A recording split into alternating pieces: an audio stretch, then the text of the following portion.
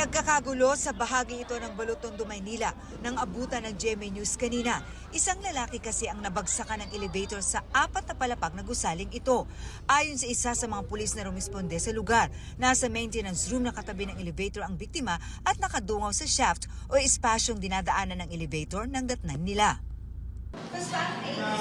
Dito po sa kabila, wala po yan. Sa kabila po. Dito. Paano po siya naibig, sir? Inig siya. Ikinabigla ng kapatid ng biktima ang nangyari. Nahuli raw nilang nakausap kahapon. Caretaker daw ito sa nasabing gusali. Kasi paalis na po siya, pa-abroad na eh. Graduate po siya eh. Kaya nangihinayang sila sa kanilang bunsong kapatid na nangarap ng magandang buhay.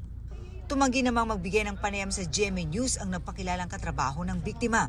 Sa investigasyon ng Manila Police District, naipit ng elevator ang biktima. May chinek daw ito sa lugar. Naipit siya doon sa elevator. May dalawang pintuan doon. Yung isa nga, pinto ito ng elevator at isa naman, tangke ng tubig. Nakita natin yung pagitan niya, walang harang. Hindi niya napansin na bumababa itong elevator na naipit siya. Parang ano sir, nabalatan ng likod niya nung sa may bakit sir. Tama po ba?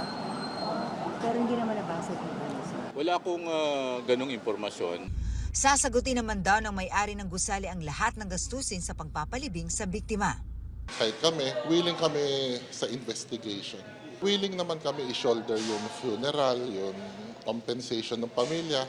Titignan natin doon sa course ng investigation kung may pananagutan yung mismong may-ari ng residential building na yon. Pero ganun pa man, magkakaroon tayo ng pag-iimbestiga dito na mas in-depth investigation.